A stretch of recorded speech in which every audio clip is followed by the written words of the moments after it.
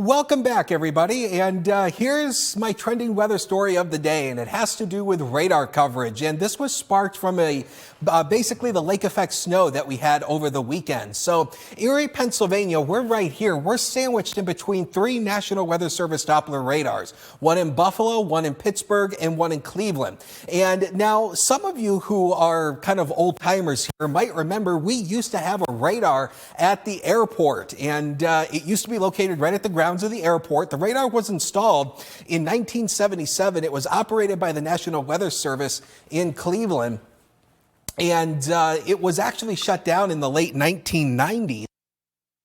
Because of that, we were ultimately sandwiched in between those radars. So National Weather Service shut this radar down in the late 1990s. So because of that, we kind of really don't have very good radar coverage here across the city of Erie. Now, actually, what's very interesting is the closest radar to us is actually in Buffalo, believe it or not. The Buffalo radar has the lowest scan. So all National Weather Service Doppler radars scan at a 0.5 degree elevation. That's the base elevation scan closest to the ground. Well, because oftentimes what happens is that base scan often overshot lake effect snow. Lake effect tends to form in the lower levels of the atmosphere.